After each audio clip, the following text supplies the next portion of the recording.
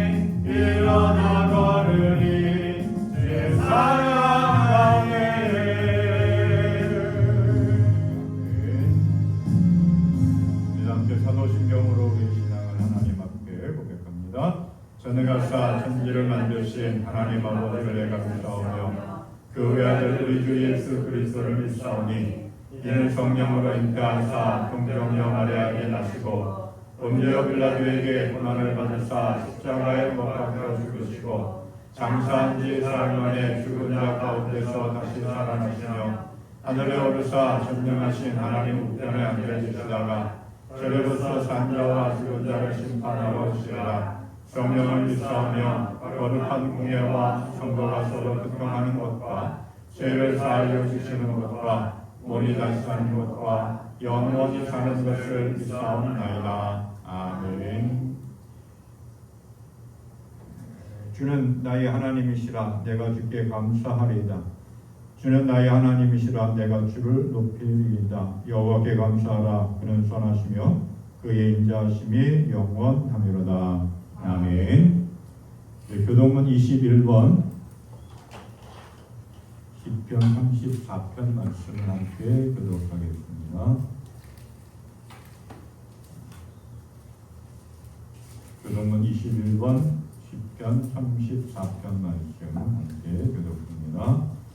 내가 여호와를 항상 송축하며 내 입술로 항상 주를 찬양하리이다. 내 영이 여호와를 자랑하니 공고한 자들이 이를 듣고 기뻐하리로다. 나와 함께 여호와를 광대하시다며 함께 그의 이름을 높이세.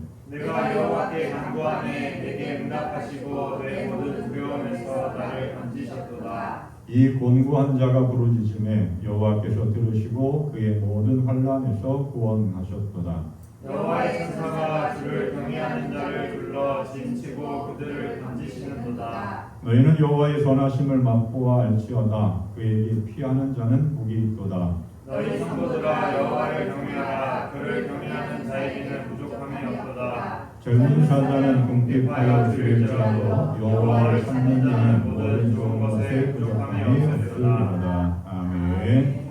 우리 함께 찬양하겠습니다. 주님 말씀하시면 내가 나아가리라.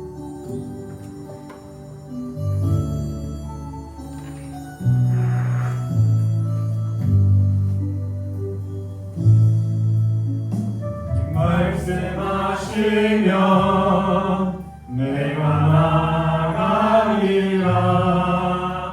주님 뜻이 아니면 내가 멈춰서리라. 나의 가고서는 것 주님 뜻에 있으니 오 주님 나를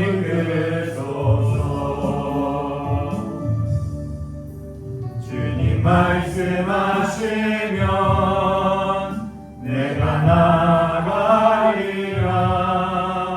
주님 뜻이 아니면 내가 멈춰서리라. 나의 가고서는 것 주님 뜻에 있으니 오 주님 나를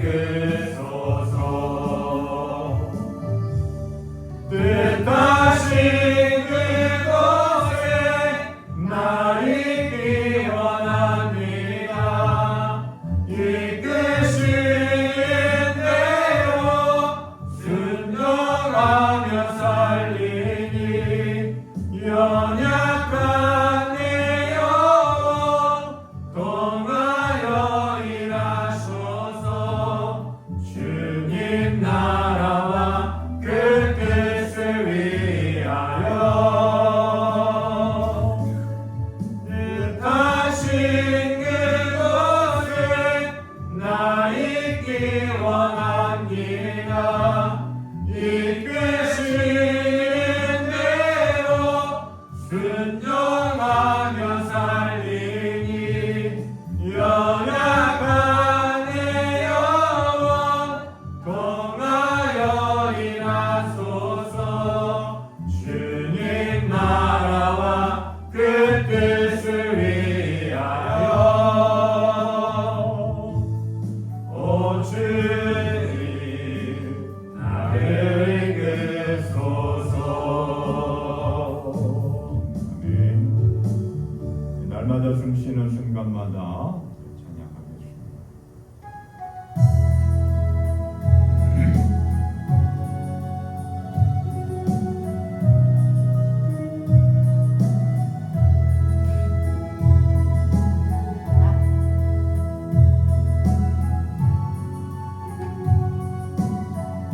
날마다 숨쉬는 순간마다 날마다 숨쉬는 순간마다 내 앞에 어려운 일 보내 주님 앞에 이 몸을 맡길 때 슬픔 없네 두려움 없네 주님의 그 자리로 섬기 항상 더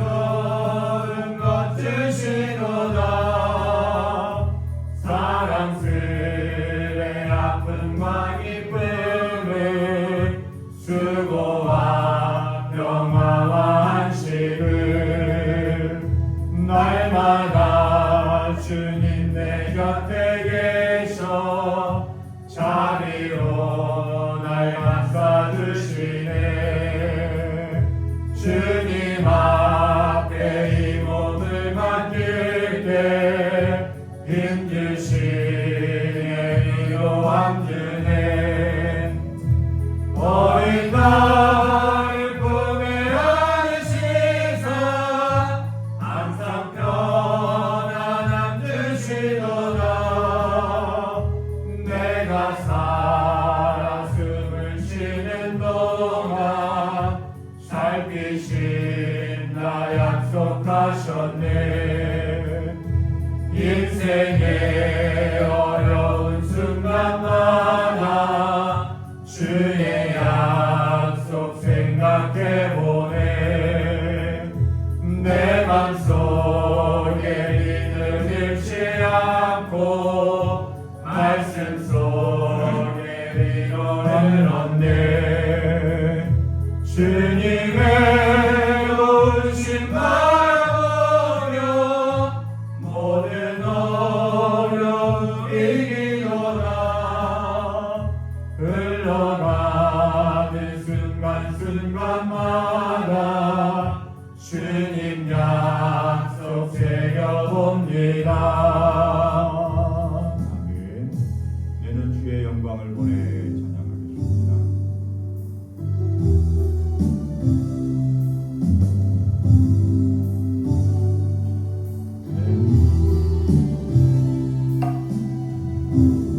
내는 주의 영광을 보내. 내는 주의 영광을 보내.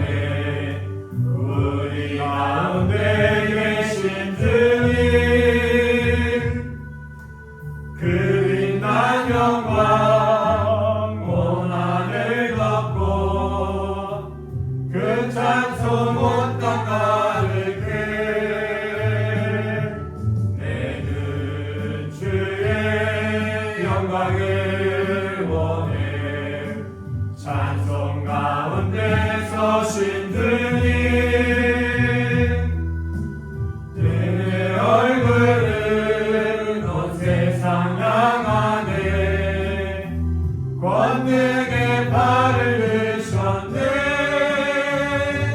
주의 영광 이곳에 가득해.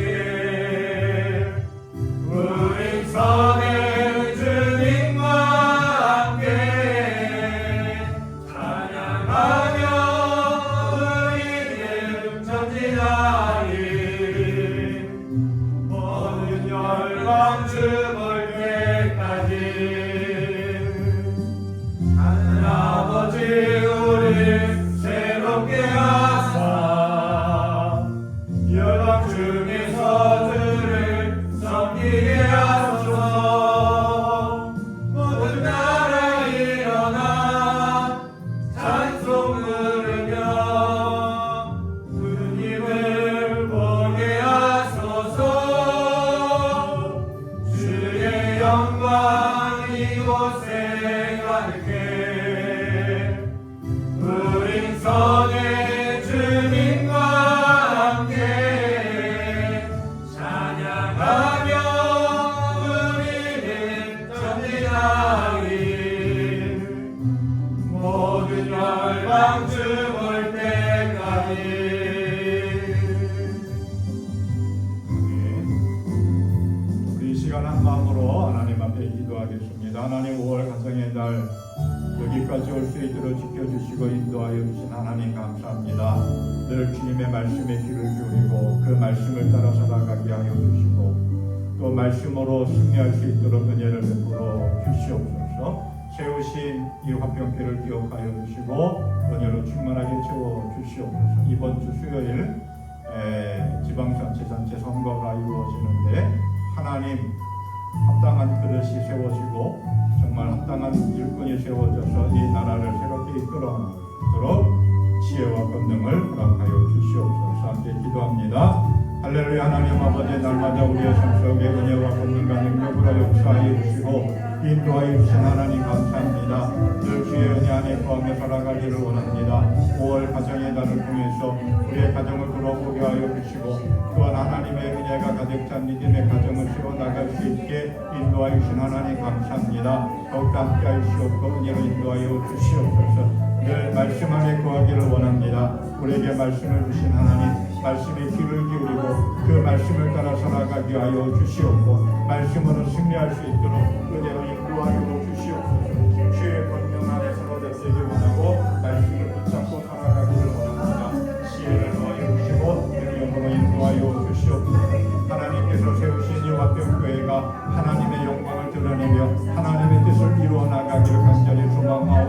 세워주시고 일으켜주시고 채워주시옵소서. 특별히 기도합니다. 하나님, 이제 6월 3일 지방자치단체 선거가 이루어지는데 합당한 일꾼이 선출되어지고 나라와 민족을 위하여 정말 순수한 마음으로 섬길 수 있는 사람이 선택되어질 수 있도록 인도하여 주시옵소서. 주의 은혜와 능력이 함께하기를 원합니다. 도와여 주시옵소서. 언제나 크신 권능과 능력으로 인도하여 주시고 함께하신 하나님 감사합니다. 5월 가정의 달을 통해서 하나님께서 세우신 믿음의 가정이 주의 은혜 안에 온전히 구하고 믿음의 계보가 흘러넘치는 은혜와 복된 가정 세워주시고 또 하나님의 영광을 드러내는 믿음의 가정으로 세워주시옵소서. 늘 우리에게 말씀을 주신 하나님, 그 말씀으로 우리가 무장하고 그 말씀의 인도하심을 따라 걸어가기를 간절히 소망합니다. 우리에게 말씀을 도와여 주시고 말씀으로 승리할 수 있도록 인도하여 주시옵소서. 특별히 하나님 6월 3일 지방자치단체 선거가 있습니다. 여러 가지 어수선한 가운데 있지만 하나님 지혜와 분별의 은혜를 우리에게 허락하여 주시고 이 땅 이민족을 국리력에 주시어서 정말 하나님 합당한 일꾼이 선출되어지고 온전하고 순수하고 정결한 마음으로 섬길 줄 아는 사람이 선택될 수 있도록 주님 인도하여 주시고 은혜를 베풀어 주시옵소서. 늘 이 나라와 민족이 함께하신 하나님 돌보아 주시고 인도하여 주시옵소서. 오늘 이 시간도 주님의 은혜와 사랑에 감사함으로 하나님께 나와 예배합니다. 이 시간 주의 영광이 함께하여 주시고 은혜로 충만하게 우리의 삶과 심령을 채워 주시옵소서. 감사하며 예수님의 이름으로 기도하옵나이다. 아멘. 찬송가 70장 찬양합니다.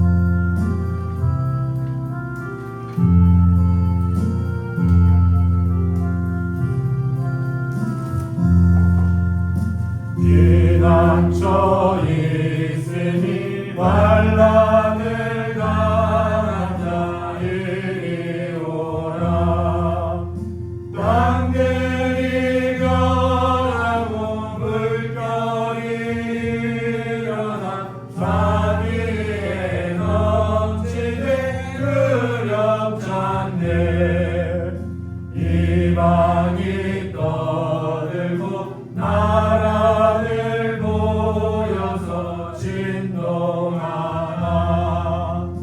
우리들 목소리 한 번만 말하면 전하의 모든 것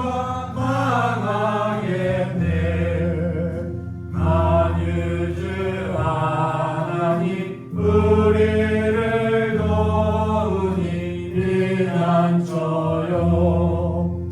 세상의 난리를 그치게 하시니 세상의 장엄이 쓸데없네. 높으신 하나님 우리를 구하니 할렐루야. 괴로움이 심하고 환난이 극하나 피난처 되시는 주 하나님. 우리 하나님의 말씀 함께 보겠습니다. 마태복음 8장 5절부터 13절 말씀입니다.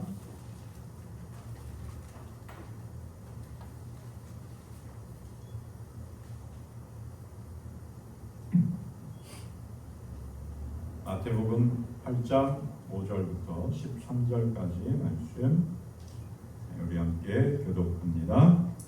예수께서 가버나움에 들어가시니 한 백부장이 나와 간구하여 이르되 주여 내 아이니 중풍병으로 주체되고 없이 괴로워하나이다. 이르시되 내가 가서 고쳐주리라. 백부장이 대답하여 이르되 주여 내 집에 들어오심을 나는 감당하지 못하겠사오니 다만 말씀으로만 하옵소서. 그러면 내 아이니 낫게 사옵나이다. 나도 나무의 수하에 있는 사람이요 내 아래에도 군사가 있으니 이더러 가라 하면 가고 저더러 오라 하면 오고 내 정도로 이것을 하라 하면 하나이다.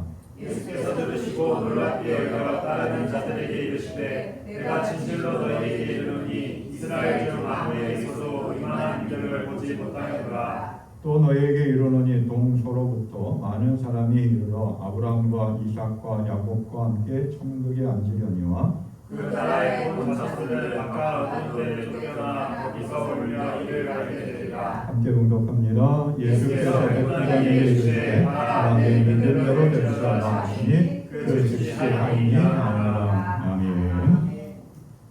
오늘 오후 예배는 존 웨슬리 회식 288주년 기념으로 제7번역 인천 북지방에 8개 번역으로 5개, 6개 교회씩 나눠서 예배를 드리는데 우리 교회는 7번역이 속해 있습니다.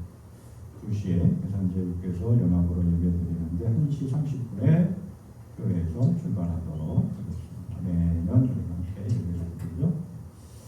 소원을 이루는 믿음 그 말씀을 나누겠습니다.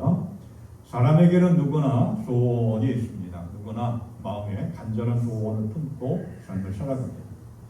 소원이 없다면 사실 우리의 인생은 큰 의미가 없다라고 이렇게 이야기할 수가 있습니다.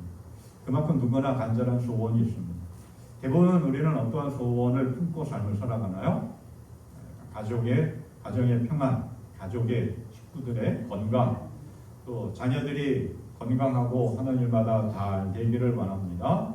또 사업을 하는 사람은 사업이 번창하고, 또 가게를 하는 사람들 가게가 잘 되기를 원합니다. 그런 간절한 소원을 품고 삶을 살아갑니다. 그래서 그 소원이 이루어지기를 원하며 우리가 흔히 말하는 용하다라고 하는 것들을 사람들은 찾아갑니다. 설교를 준비하면서 보니까 부산에 어떤 사찰을 소원을 한 번은 이루어주는 사절 이렇게 해가지고 무슨 자 있더라고요. 보니까 곳곳에 그런 문구들이 있는 사찰들도 많이 있습니다. 사람들이 자기의 소원을 이루기 위해서 용하다고 하는 것들을 그렇게 찾아갑니다. 또 소원을 이루기 위해서 많은 사람들이 별짓 다 합니다. 여러 가지 행동을 하죠. 뭐 어디 여행을 다니다가 이거 이렇게 하면 소원이 이루어진대라고 하면서 그런 어떤 형상들을 많습니다. 또 우리나라도 그런 것들이 참 많이 있죠. 여행지를 가면 보통 호숫가 같은데 동전을 던져서 거기에 어디에 구멍 어디 그릇 같은데 들어가면 소원이 성취됩니다. 또 한해 어떤 절 같은 데 가가지고 동전이 거기에 딱 붙어가지고 떨어지지 않으면 한해 운수 대통 소원이다라고 그렇게 이야기하고 사람들이 그 일을 행합니다. 그런데 마음에 품은 소원이 다 이루어지지 않습니다. 그 소원이 이루어지지 않으면 크게 상심하고 낙심하고 좌절하기도 합니다. 이렇게 모든 사람들이 다 저마다 소원을 품고 살아가는데 특별히 우리 믿음의 사람들, 하나님의 자녀들은 어떠한 소원을 품고 삶을 살아가야 될까요? 세상의 사람들처럼 세상에서 잘 먹고 잘 사는 것 단순히 그것만이 아니라 우리 믿음의 사람들의 간절한 소원, 소망이 있습니다. 그게 뭐냐? 천국에 들어가는 것. 하나님의 품에 앉는 것. 그게 우리의 믿음의 사람들의 가장 큰 소원입니다. 그래서 그 소원을 우리에게 이루기 위해서 우리는 열심히 신앙생활을 하고 있죠. 열심히 기도도 합니다. 하나님, 내 소원은 이렇습니다. 이것을 꼭 이루어 주세요. 이 문제를 해결해 주세요. 그렇게 우리는 하나님 앞에 간절하게 기도합니다. 우리의 소원이 기도의 제목이기도 합니다. 물론 우리의 소원이 기도의 제목의 전부는 아니어야 되고 아닐 수도 있지만 우리의 기도의 내용, 기도의 제목 가운데 하나는 늘 우리의 간절한 소원이 있습니다. 그런데 성경은 우리에게 이렇게 이야기합니다. 시편 37편 4절 말씀. 기쁨은 오직 주님에게서 찾아라. 주께서 네 마음의 소원을 들어주신다. 하나님을 기쁘시게 하면, 하나님에게서 기쁨을 찾으면 하나님께서 우리의 소원을 이루어 주신다라고 하는 거예요. 하나님에게서 기쁨을 찾는다라고 하는 것은 무슨 의미냐? 하나님과 함께 할 때 하나님이 우리에게 기쁨을 주신다라는 거예요.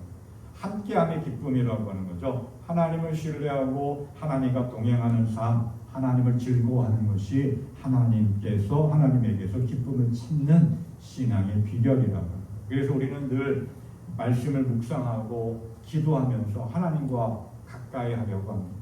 늘 예배하면서 하나님을 찾고 하나님과의 관계를 잃어버리지 않게, 빼앗기지 않게 그렇게 신앙의 삶을 살아갑니다.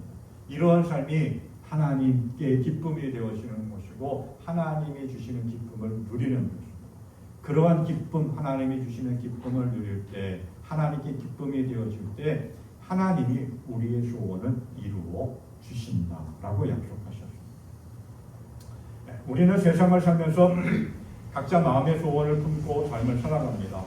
하지만 그 소원이 온전히 이루어지지 않습니다. 그런데 우리의 소원을 온전히 이루어 주시는 분이 계십니다. 누구냐? 예수 그리스도입니다. 예수님을 믿으면 그 믿음으로 예수님이 우리의 소원을 이루어 주십니다. 이스라엘 북쪽에 있는 이방의 땅인 두로와 시돈에 살고 있는 한 여인이 있습니다. 그 여인의 마음에는 간절한 소원이 하나 있는데 귀신 들려서 고생하고 있는 딸이 고침받기를 원하는 간절한 소원이 있습니다. 건강하게 회복되어지기를 원합니다. 그런데 지금까지 그 딸을 고치려고 백방으로 수소문해서 찾아다녔고 또 소원이 이루어지는 곳이라면 어디든지 찾아가서 해봤지만 딸의 병은 고침받지 못했습니다. 문제가 해결되지 못했습니다. 그런데 마침 예수님께서 이방의 복음을 전하려고 두로와 시돈 마을에 들어가셨습니다. 그때 이 여인은 두로와 시돈 지방으로 오시는 예수님을 찾아왔습니다. 그리고는 이렇게 이야기하죠. 다윗의 자손이신 주님, 나를 불쌍히 여겨 주십시오. 내 딸이 귀신이 들려 괴로워하고 있습니다. 라고 예수님께 도움을 요청합니다. 자신의 간절한 소원을 이야기하고 있는 거예요. 하지만 예수님은 이 여인의 말에 콧방귀도 뀌지 않습니다. 전혀 관심을 두지 않습니다. 아무런 대답도 하지 않습니다. 당시 유대인들은 이방인들을 상대하지도 않았습니다. 더군다나 여인들은 상대조차 하지 않습니다. 말 한마디 섞지 않았습니다. 그러니까 어떻게 보면 사회적 관습상 예수님이 이방 여인의 말에 아무런 반응하지 않는 것은 당연했다라고도 볼 수가 있겠죠. 하지만 여인은 계속해서 소리치며 외칩니다. 내 딸을 고쳐주십시오. 내 소원을 들어주십시오. 그러니까 옆에 있던 제자들이 얼마나 귀찮았겠습니까? 쫓아다니면서 그렇게 외치고 소리치니까 주님, 예수님, 저 여자가 우리 뒤에서 외치고 있습니다. 그녀를 돌려보내주십시오. 그녀의 소원을 들어주고 빨리 돌려보내는 게 좋지 않겠습니까? 그러니까 예수님이 이렇게 대답하시죠. 나는 오직 이스라엘 집의 이런 양들에게 보내심을 받았을 따름이다. 하지만 여인은 예수님한테 무릎 꿇고 주님, 저를 도와주십시오라고 이야기합니다. 하지만 예수님은 또다시 이야기하죠. 아이들이 먹을 빵을 집어서 개들에게 던져주는 것이 옳지 않다. 이 여인을 또는 이 여인의 딸을 개와 같이 무시하는 거예요. 그러니까 이 유대인들이 이방 사람들을 무시하는 것과 똑같이 예수님도 이방 여인을 무시하고 있는 거예요. 이 정도 되면 이 여인도 뒤로 물러서고 포기할 수 있을 텐데 전혀 포기하는 기색이 없습니다. 간절한 소원이 있기 때문에 그 소원을 이루고 싶어서 계속해서 예수님께 소리치며 자신의 마음을 전합니다. 주님, 그렇습니다. 그러나 개들도 주인의 상에서 떨어지는 부스러기 조각이라도 먹습니다. 라고 대답합니다. 그 무시와 멸시 속에서도 포기하지 아니하고 자신의 소원을 이루려고 간절하게 예수님께 매달렸던 그 여인을 향해서 드디어 마침내 예수님이 이렇게 말씀하십니다. 여자야, 참으로 네 믿음이 크다. 네 소원대로 될 것이다. 바로 그때 그 자리에는 없었지만 그 여인의 귀신 들린 딸이 고침을 받았습니다. 귀신이 그 딸에게서 나갔고 소원이 이루어졌습니다. 이 이방 여인의 믿음을 보시고 예수님께서는 그 소원을 들어주셨습니다. 오늘도 예수님은 우리의 믿음을 보시고 우리의 간절한 소원, 우리의 간절한 기도를 들어주실 줄 믿습니다. 그래서 우리도 간절한 소원이 있다면 믿음으로 주님 앞에 나와 간절히 기도할 수 있는 삶이 되어질 수 있기를 바랍니다. 그렇게 믿음으로 자신의 소원을 이룬 또 한 사람 오늘 우리가 만납니다. 누구냐? 가버나움에 살고 있는 백부장입니다. 예수님께서 가버나움이라고 하는 마을에 들어가셨습니다. 이 가버나움은 갈릴리 호수의 북서쪽에 있는 어촌 마을입니다. 예수님의 제자 어부 출신 베드로와 안드레, 야고보, 요한이 그 갈릴리 근처에 가버나움 근처의 갈릴리 호숫가에서 어부로 살아갔던 사람들이었고, 예수님의 제자 가운데 한 사람 마태라고 하는, 레위라고 하는 세리 직업을 가지고 있던 그 마태도 이 가버나움에서 세리 일을 하다가 예수님으로부터 부름받은 사람입니다. 가버나움은 예수님의 공생의 사역 가운데 가장 중요하고 중심적인 그 장소입니다. 예수님은 베들레헴에서 태어나셨고, 그리고 나사렛이라고 하는 자그마한 시골 마을에서 자라나셨습니다. 근데 나사렛에서 예수님이 어떠한 복음을 전파 사역을 하는데 그 누구도 받아들이지 않습니다. 그러니까 예수님께서 나사렛에서 떠나서 가버나움으로, 갈릴리 근처 가버나움으로 옮기셨습니다. 그래서 마태복음 4장 13절 말씀을 보면 이렇게 이야기합니다.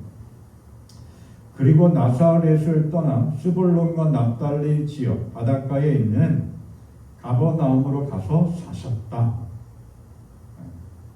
나사렛에서 생활하셨지만 거기서 복음을 받아들이지 않는 그 사람들로 인해서 가버나움으로 거처를 옮기셔서 거기서부터 복음을 본격적으로 전하시면서 많은 기적과 또한 많은 가르침을 주셨던 것이 바로 이 가버나움이라고 합니다. 가버나움은 상당히 어업과 상업이 상당히 발달되어졌던 도시였다고 합니다. 그래서 무역로를 통해서 많은 물자가 이동했고, 그리고 많은 물자가 이동하다 보니까 당연히 세금을, 관세를 라고 하는 거죠. 세금을 징수가 이루어졌습니다. 그래서 로마는 그 가버나움에서 많은 세금을 거둬들였습니다. 말씀드렸듯이 예수님의 제자 가운데 한 사람이 마태도 거기 세관에서 일하고 있었던 거죠. 그 가버나움에는 로마 군사들이 주둔하고 있습니다. 오늘날 미국이 대개 여러 나라에 주둔해서 그 나라를 지키고 있는지 하는 것처럼 로마가 지배하고 있는 그 여러 지역에 많은 군사들을 주둔시키면서 그 지역을 다스리고 있었습니다. 로마 군대가 그 지역을 다스리는 그런 아주 핵심적인 곳 가운데 하나가 가버나움입니다. 단순히 그 어촌 마을이 아니라 상업이 많은 그 물자들이 오고 가면서 세금을 징수하는 여러 가지 다양한 상업이 있었고, 다양한 문화가 교류되어지는 그러한 곳이 가버나움입니다. 로마의 행정 중심지 가운데 하나이기도 했던 이 지역을 다스리는 로마의 장교가 있는데 그 장교가 백부장이라고 합니다. 이 백부장은 100명의 군사를 지휘하는 고급 장교였습니다. 그냥 하급 군인 장교가 아니라 고급 장교였습니다. 백부장의 집에는 많은 군사들도 있었지만 많은 종들도 그 집에 있었습니다. 그 백부장 많은 종 가운데 한 종이 중풍병에 걸렸습니다. 중풍병으로 인해서 몸을 제대로 움직이지 못하고 또 정말 힘들어하고 있습니다. 그 당시 종은 사람 취급받지 못했습니다. 짐승 취급받았고 사람으로 인정되지도 않았습니다. 병들고 또 쓸모없으면 팔거나 내다버리는 것이 그 당시의 종들이었습니다. 그런데 이 백부장은 성품이 인품이 참 좋았던 사람이 맞습니다.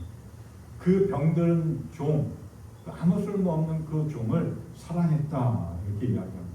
그래서 사랑했다라고 하는 말은 귀중한 가치 있는 그런 뜻을 가지고 있습니다. 비록 병들었지만 그래서 아무 일도 하지 못하고 그냥 병상에 누워있는 그 종이지만 그냥 쓸모없는 존재가 아니라 가치 있는 존재로 인정했다는 거예요. 자기 가족 자식처럼 여겼다라고 하는 거죠. 소모품으로 생각하지 않고.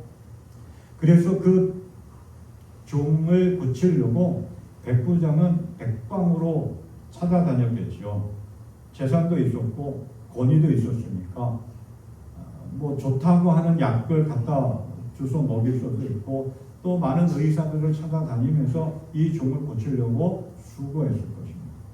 하지만 종의 병은 나아지지 않았습니다.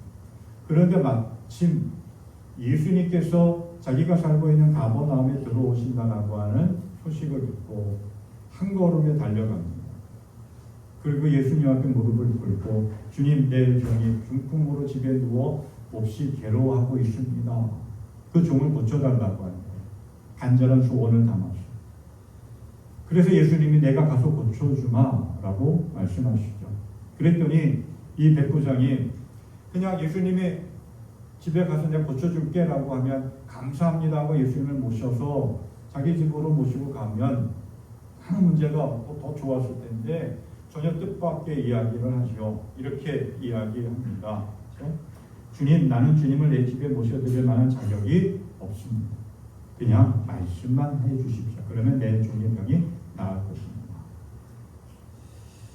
이러한 백부장의 말을 들은 예수님은 정말 놀라워하시며 감탄하십니다. 백부장의 그 믿음을 보시고 감동하셨어요. 그러면서 말씀하시죠. 나는 지금까지 이스라엘 사람 가운데서는 아무에게도 이런 믿음을 본 일이 없다.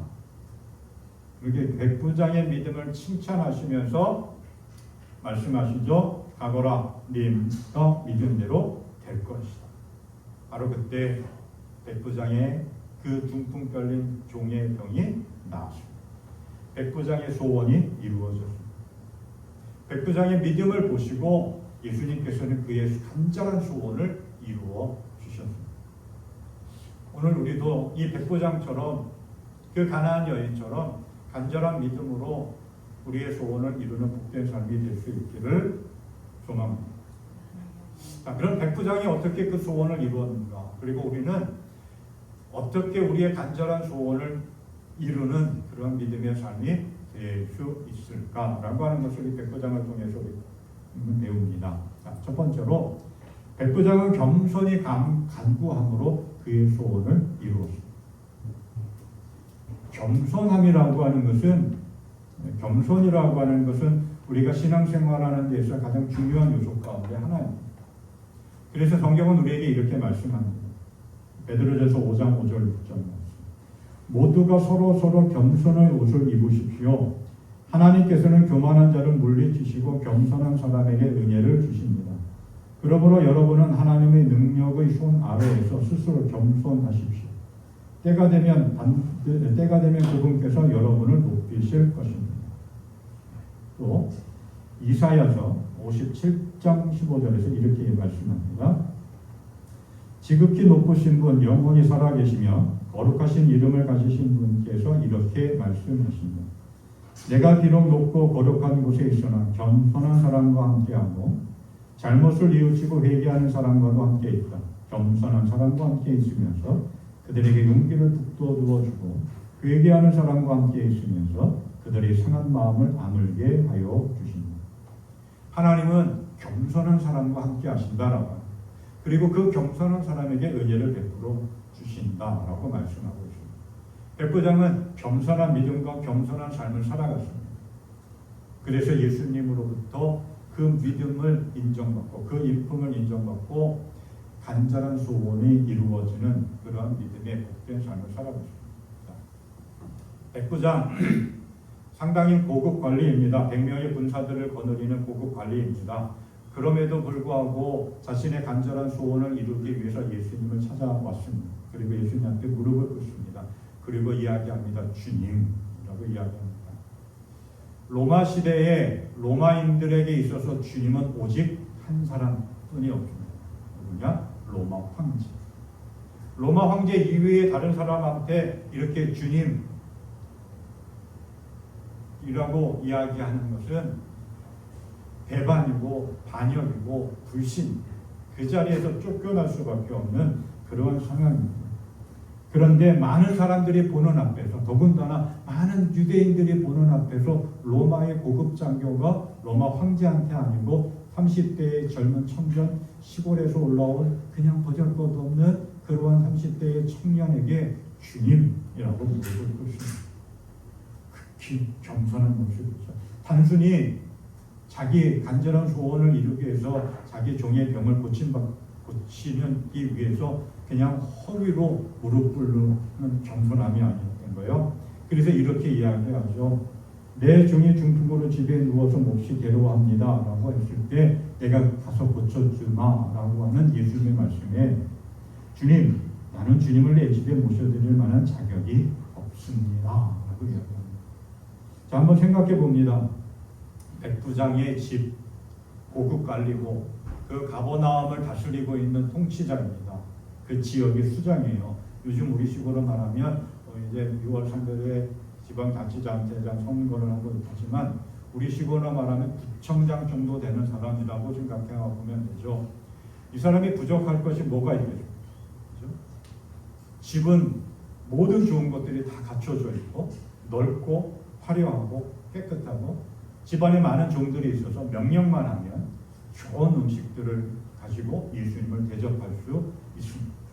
그런데 나는 주님을 내 집에 모셔드릴 만한 어떤 자격이 없습니다 라고 고백합니다. 이게 겸손이라고 합니다. 다 갖추고 충분히 할 수 있음에도 드러내지 아니하고 예수님을 높이는 거예요. 백부장은 자신의 지위와 자신의 체면을 내세워서 자기는 그냥 집에 있고 다른 종을 보내서 예수님을 자기 집으로 데리고 초청할 수도 있었어요. 그러나 직접 예수님 앞에 찾아와서 무릎을 꿇고 주님 찾고 나는 주님을 내 집에 모셔드릴 만한 충분한 자격이 없습니다 라고 이야기하고 있어요. 그러면서 하는 이야기, 자신의 삶의 경험과 자신의 삶을 바탕으로 이야기합니다. 이렇게 이야기하죠. 나도 상관을 모시는 사람이고 내 밑에도 병사들이 있어서 내가 이 사람도로 가라고 하면 가고 저 사람도로 오라고 하면 옵니다. 내 정도로 이것을 하라고 하면 합니다. 나도 누군가로부터 명령을 받고 나도 누군가에게 명령을 하는데 나는 그럴 만한 자격이 없습니다. 나는 주님을 모실 만한 자격이 없습니다 라고 무릎 꿇고 겸손하게 예수님 앞에 서 있는 겁니다. 하나님은 이렇게 겸손한 자에게 은혜를 베풀어 주십니다. 예수님 백부장의 그 겸손한 모습을 보고 백부장의 소원을 들어주셨습니다. 야고보서 4장 6절에서 이렇게 이야기합니다. 하나님께서는 더 큰 은혜를 주십니다. 그러므로 성경에 이르기를 하나님께서는 교만한 자들을 물리치시고 겸손한 사람들에게 은혜를 주십니다. 그 교만한다라고 하는 말은 헬라어로 휘페레 파노이스라고 하는 말인데 나무 위에서 자기를 나타내는 자라고 하는 뜻입니다. 자기 자신을 사람들에게 드러내는 것, 보이는 것, 자신의 권력, 자신의 지위, 자신의 어떤 체면, 자신의 생각을 다른 사람들 앞에 나타내고 우쭐하는 것, 다른 사람을 무시하는 것, 자기를 높이는 것, 그게 교만이라고 하는 거예요. 겸손한 자라고 하는 말은 헬라어로 타페인 노이스라고 하는 말인데 땅에서 높이 솟아오르지 않는 자라고 하는 것입니다. 자신을 높이지 않는 것, 자신을 드러내지 않는 것, 그게 겸손이라고 합니다. 이 백부장은 충분히 자신을 자랑할 수가 있었죠. 자기의 지위, 자기의 신분, 자기의 체면을 내세워서 예수님을 무시할 수도 있었고 예수님을 강제로 자기 집으로 끌고 올 수도 있었죠. 그러나 그러지 않았습니다. 예수님을 높였습니다. 자신을 낮췄습니다. 신앙생활에 있어서 겸손함이라고 하는 것은 나 자신을 자랑하고 나 자신을 높이는 것이 아니라 하나님을 높이는, 예수님을 높이는, 예수님 앞에 무릎 꿇고 경배하는 것, 그게 겸손입니다. 백부장이 간절한 소원을 이룬 것은 바로 이 겸손에서부터 시작되었습니다. 그래서 겸손은 하나님의 은혜를 경험하는 열쇠가 됩니다. 백부장 당연히 자신의 권리나 자기 주장을 내세울 수 있었지만 지극히 겸손함으로 예수님 앞에 무릎 꿇고 기도하며 그 간절한 소원을 이루었습니다. 우리가 하나님 앞에 내세우고 자랑할 것이 아무것도 없죠. 겸손함으로 하나님의 주권을 인정하고 간절한 마음으로 주님 앞에 나와 우리의 소원을 이룰 수 있는 복된 삶이 되기를 축원합니다. 백부장이 또한 소원을 이룰 수 있는 그 이유 가운데 하나는 말씀을 신뢰했습니다. 잠언에서 이렇게 우리에게 말씀합니다. 너의 마음을 다하여 주님을 의뢰하고 너의 명철을 의지하지 말아라. 네가 하는 모든 일에서 주님을 인정하여. 우리는 삶을 살아가면서 내 지식과 내 경험과 내가 여태껏 왔던 그런 어떤 노하우들, 내 지혜를 의지하며 삶을 살아가는 모습들이 참 많이 있습니다. 근데 성경은 하나님 우리에게 말씀합니다. 네 지식, 명철, 네 경험 의지하지 마라. 마음을 다하여 주님을 인정하고 그 주님을 의뢰하라, 신뢰하라고 말씀합니다. 하나님을 신뢰하라고 하는 거예요. 하나님이 기뻐하시는 건강한 신앙은 어떠한 신앙이냐? 어떠한 상황 속에서도 하나님을 신뢰하고 의지하는 것입니다. 신뢰라고 하는 말은 굳게 믿고 의지한다라고 하는 뜻을 가지고 있어요. 신앙생활에 있어서 핵심은 뭐냐? 중심은 뭐냐? 하나님을 신뢰하는 것입니다. 믿음이라고 하는 말을 헬라어로 피스티스라고 하는 말입니다. 이 말의 뜻은 신뢰하다, 신실한 이러한 뜻입니다. 내가 누군가를 신뢰한다라고 하는 의미도 있고 누군가 나를 신뢰한다라고 하는 믿을만하다라고 하는 그러한 뜻을 가지고 있는 것이 헬라어 피스티스, 믿음이라고 합니다. 믿음은 하나님을 신뢰하는 것입니다. 그리고 그 하나님을 의지하는 것입니다. 그리고 그 하나님이 주신 말씀을 전적으로 신뢰하는. 그래서 믿음의 결국은 뭐냐? 말씀 앞에 서는 것, 말씀을 붙잡는 것, 말씀대로 살아가는 것, 그게 믿음입니다. 겸손하게 예수님 앞에 나와서 간절한 소원을 아뢰는 이 백부장은 예수님의 말씀을 신뢰했습니다. 그래서 이렇게 이야기합니다. 주님, 나는 주님을 내 집에 모실 만한 자격이 없습니다. 그저 말씀만 해 주십시오. 그러면 내 종이 나을 것입니다.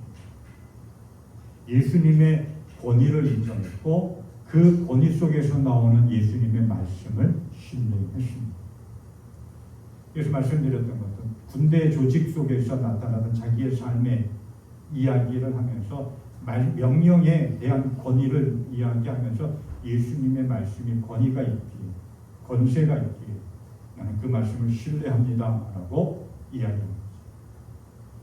오늘 이 백부장의 이야기 앞에 8장 1절서부터 4절까지의 본문을 보면 한 나병 환자가 예수님 앞에 나와서 고침을 받는 장면이 나옵니다. 이 나병 환자가 예수님한테 이렇게 간청하죠. 주님, 하고자 하시면 나를 깨끗하게 해주실 수 있습니다. 이와 똑같이 지금 백부장은 병든 종을 위해서 주님, 저 말씀만 해주십시오. 그러면 내 종의 병이 나을 것입니다. 라고 믿음으로 고백합니다. 나병 환자가 주님 하시고자 하면 할 수 있습니다. 라고 고백한 것처럼 백부장도 주님 말씀만 하시면 충분합니다. 라고 고백합니다. 예수님에 대한 전적인 신뢰, 예수님의 말씀에 대한 전적인 신뢰, 그 말씀에 자신의 모든 것들을 맡기는 것, 예수님의 말씀에 자신의 모든 것을 의지하며 나아가는 것이 백부장의 믿음이었습니다. 히브리서 4장 12절에서 이렇게 이야기하고 있습니다. 하나님의 말씀은 살아있고 힘입니다. 백부장은 그 사실을 믿었습니다. 그래서 주님, 지금 여기서 굳이 우리 집에 가서 내 종에게 안수를 하거나 내 종에게 어떠한 행위를 하지 않아도 지금 여기서 말씀만 하셔도 내 종의 병이 나을 것입니다. 내 소원은 이루어질 것입니다. 그 말씀에 대한 전적인 신뢰, 절대적인 신뢰, 예수님의 마음을 움직이고 예수님을 감동시키는 믿음의 고백이었습니다. 그 믿음을 보시고 예수님은 백부장의 간절한 소원을 이루어 주셨습니다. 이러한 백부장의 믿음은 오늘 믿음의 삶을 살아가는 우리들에게 큰 도전을 주고 있습니다. 우리는 하나님의 말씀을 듣고 있습니다. 수없이 많이 여러 가지 매체들을 통해 하나님의 말씀을 듣습니다. 하나님의 말씀을 우리는 얼마나 믿고 있는가? 하나님의 말씀은 우리의 삶에서 어떠한 권위를 가지고 있는가? 나는 그 하나님의 말씀을 정말 백부장처럼 온전히 신뢰하고 그 말씀을 붙잡고 그 말씀의 인도하심을 따라 삶을 살아가고 있는가? 이 백부장의 믿음의 고백을 통해서 우리는 큰 도전을 받습니다. 또 깨닫게 됩니다. 2018년 케이블 어느 방송인지 모르겠지만 그 케이블 방송에서 방영된 드라마가 있습니다. 스카이캐슬이라고 하는 대한민국의 뭐 다상이지만 대한민국의 상위 0.1%들이 모여서 생활하는 그 어떤 마을 공동체 거기서 최고의 학교에 보내려고 그 부모들이 자기 자녀들 왕이나 공주처럼 그렇게 떠받들고 뭐 하는 그런 이야기죠. 그 어머니들의 부모들의 욕망이 그려진 그런 드라마입니다. 거기서 유명한 대사가 하나가 있습니다.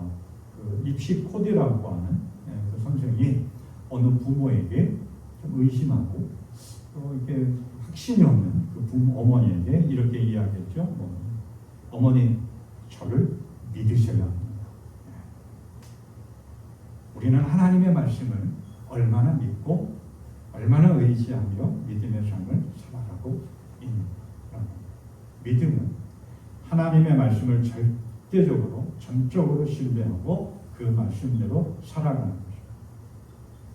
백부장은 예수님의 말씀, 주님 말씀이면 충분합니다. 지금 말씀하셔도 내 병이 나을 것입니다. 내 종의 병이 나을 것입니다. 문제가 해결될 것입니다. 그 고백처럼 우리도 주님의 말씀을 전적으로 신뢰하고 의지함으로 인해서 우리의 간절한 소원이 이루어지는 복된 삶 되시기를 축원합니다. 또 하나 백부장은 예수님의 말씀이 이루어질 줄 믿고 집으로 돌아갔습니다. 그래서 소원이 이루어졌다. 믿음은 하나님 말씀에 대한 신뢰입니다. 그리고 그 신뢰의 결과는 증거는 뭘로 나타나느냐? 순종으로 나타납니다. 예수님께서 이 땅에 오셔서 많은 기적을 행하셨습니다. 병자들을 고쳐주셨습니다. 그 모든 기적의 중심에는 뭐가 있었느냐? 믿음이 있었습니다. 네 믿음대로 될 것이다. 네가 믿은 대로 이루어질 것이다. 모든 기적에는 이 믿음이 있었습니다. 그리고 믿음으로 행동했을 때 치유함받고 문제가 해결되었습니다. 그 믿음의 결과가 뭐냐? 행동이죠. 행함이 없는 믿음은 죽은 믿음이다 라고 야고보 사도가 우리에게 이야기합니다. 우리는 늘 예배 때마다 주기도문을 낭송합니다. 그렇죠? 모든 예배 때마다 마무리할 때나 예배 중간에 주기도문을 합니다. 예수님께서 주기도문을 가르쳐 주셔요. 제자들에게 어떻게 기도해야 되느냐 그 기도의 내용. 근데 주기도문은 그냥 어떤 주문을 외우는 것처럼 암송하는 것으로 끝나는 것이 아닙니다. 예수님께서 우리에게 주기도문을 가르쳐 주신 그 뜻, 그 의도는 뭐냐면 그냥 그렇게 기도만 하고 끝내지 말라라고 하는 거예요. 우리는 늘 주기도문 외워서 고백하는 대로 그것을 끝나는 것이 아니라 외워서 고백하는 대로 살라라는 거예요. 하느님의 뜻이 땅에서도 이루어지기를 원합니다. 그렇다면 우리가 그렇게 기도하고 그렇게 이루어지기를 위해서 삶을 살아가라. 오늘 이 백부장도 역시 마찬가지였어요.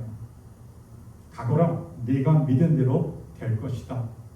성경에는 나와 있지 않지만 백부장은 예수님의 그 말씀을 듣고 집으로 돌아갔을 것 같습니다.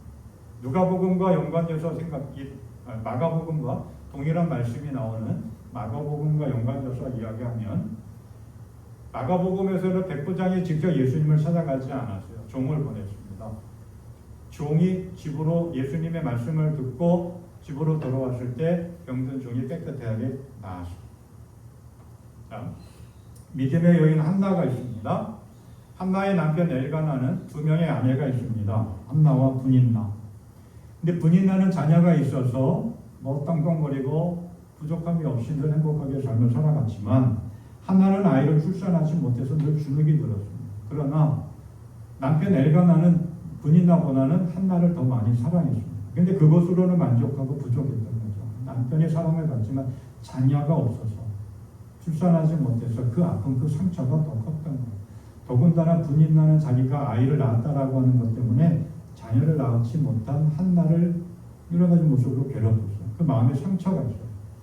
그래서 매년 남편 엘가나는 한나와 함께 성전에 가서 하나님 앞에 제사를 드리는데 어느 날 한나는 그 제사가 끝나도 성전에 남아서 하나님께 기도했어요. 마음이 아파서 그 간절한 마음으로 소원을 이루고 싶어서 기도를 하는데 얼굴이 빨개지도록 기도합니다.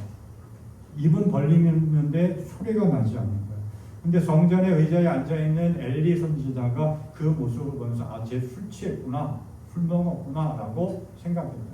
그래서 엘리 선지자가 그 한나에게 와가지고 네가 언제까지 술에 취해 있겠느냐, 술에 취해 있으면 되겠느냐, 술을 끊어라 라고 했어요. 그때 한나가 엘리 선지자에게 자기의 상황을 다 이야기하시오. 그때 엘리 선지자가 한나에게 이렇게 이야기합니다. 그렇다면 평안한 마음으로 돌아가십시오. 이스라엘의 하나님이 그대가 간구한 것을 이루어 주실 것입니다. 그때부터 한나는 음식을 먹기 시작합니다. 얼굴에 슬픈 기색, 마음의 상함이 사라지고 기쁨과 감사가 넘칩니다. 그리고 하나님께서 한나에게 은혜를 베풀어 주셔서 아이를 낳게 됩니다. 그 아이가 누구냐? 사무엘. 한나도 보면 엘리 선지자로부터 하나님께서 당신의 소원을 이루어 주실 것입니다 라고 하는 말을 듣고 뭐 어떤 증표가 없죠. 우리 같으면 백부정도 그렇고 한나도 그렇고 우리 같으면 어떻게 할까요? 증거를 보여주십시오. 뭔가 더 추가적으로 요구하는 것들이 있겠죠. 그러나 백부장이나 한나는 그렇지 않았어요. 말씀을 듣고 즉각 믿음으로 반응했습니다. 믿음으로 행동했습니다. 내가 간구한 것, 내가 고백한 것, 내가 기도한 것 이루어 주실 줄 믿고 집으로 돌아가십니다. 그래서 예수님께서 이렇게 말씀하십니다. 마가복음 11장 말씀.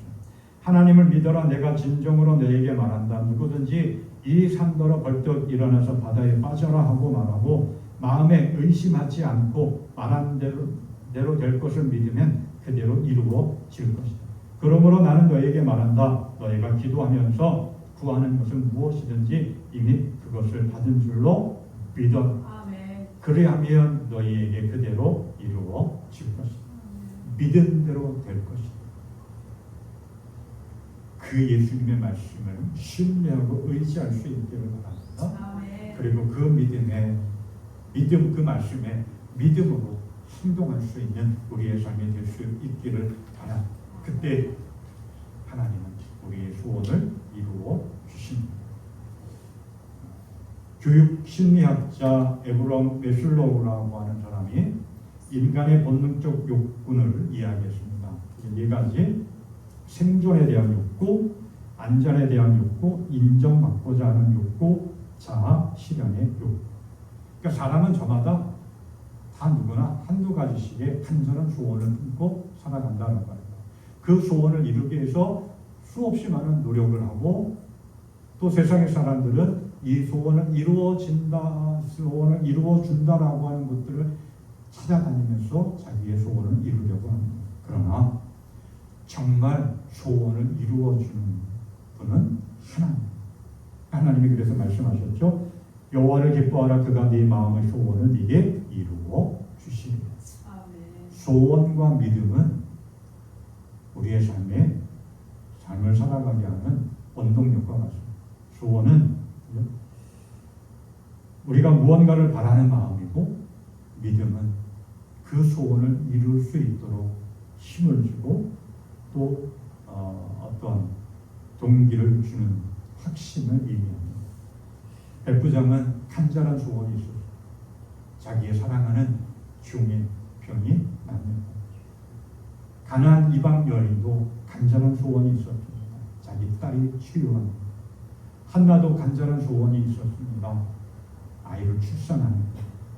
그 소원을 품고 그냥 살아간 것이 아니라 겸손하게 예수님 앞에 나와서 하나님 앞에 나와서 주님 내 소원은 이것입니다. 무릎 꿇고 말했습니다. 그리고 말씀을 믿고 기도했고 기도한 대로 말씀 들은 대로 믿음으로 반응하고 행동했을 때 그들의 간절한 소원이 이루어졌습니다. 우리도 늘 소원을 품고 믿음으로 주님께 겸손함으로 간구할 수 있기를 바랍니다. 주님이 주시는 말씀에 귀를 기울이고 그 말씀을 신뢰하고 의지하며 우리의 모든 삶을 맡기는 삶이 될 수 있기를 바랍니다. 그때 하나님은 우리의 소원을 이루어 주십니다. 믿음으로 소원을 이루는 복된 삶, 승리하는 삶이 되시기를 주님의 이름으로 축원합니다. 찬송가 491장 찬양합니다.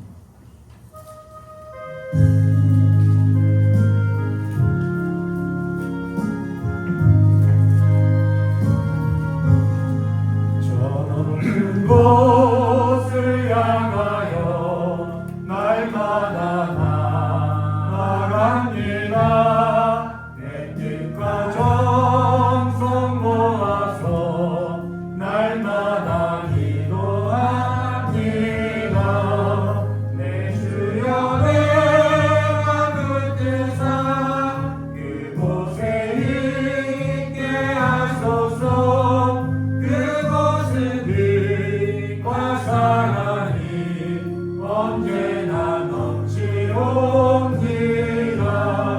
괴로움과 죄가 있는 곳 나 비록 여기 살아도 빛나고 높은 저곳을 날마다 바라봅니다. 내 주여 내 맘 붙드사 그곳에 있게 하소서. 그곳은 빛과 사랑이 언제나 넘치옵니다. 의심의 안개 거치고 근심의 무릎 얹는 곳 힘들고 참된 평화가 거기만 있사옵니다. 내 주여 내 맘 붙드사 그곳에 있게 하소서. 그곳은 빛과 사랑이 언제나 넘치옵니다. 영원하고 높은 이 길을 싸우며 나아갑니다. 다시금 기도하오니 내 주여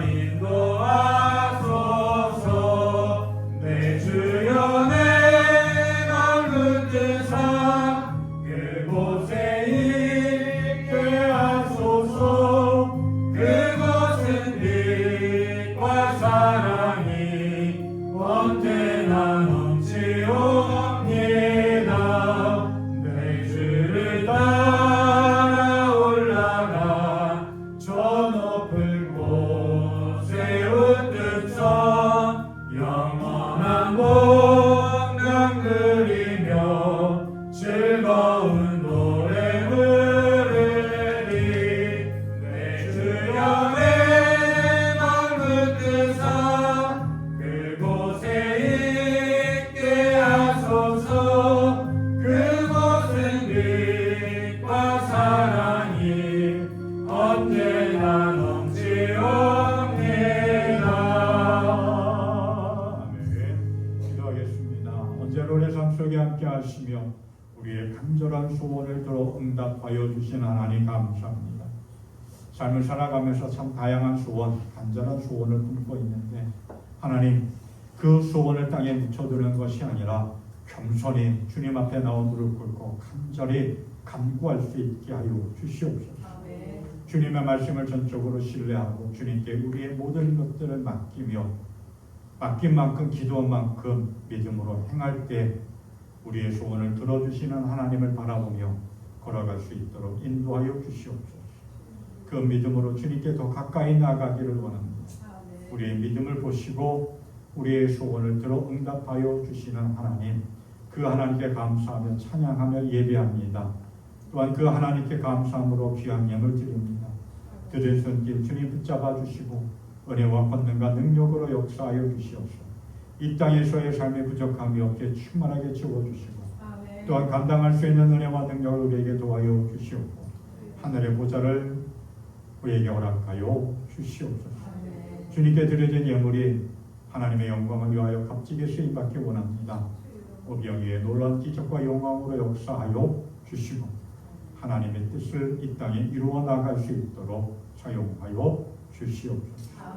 날마다 주님의 은혜의 보좌 앞에 나아가며 주님을 예배하는 주의 사랑하는 모든 이들 위해 언제나 변함없는 사랑으로 충만하게 채워 주시옵소서. 변함없이 주님을 신뢰하며 주님의 의지의 보좌 앞에 나아가는 주의 사랑하는 모든 이들 위해 우리 주 예수 그리스도의 은혜와 하나님 아버지의 무한하신 사랑과 성령의 충만함의 역사가 영원토록 함께하여 주시옵기를 간절히 축원하옵나이다.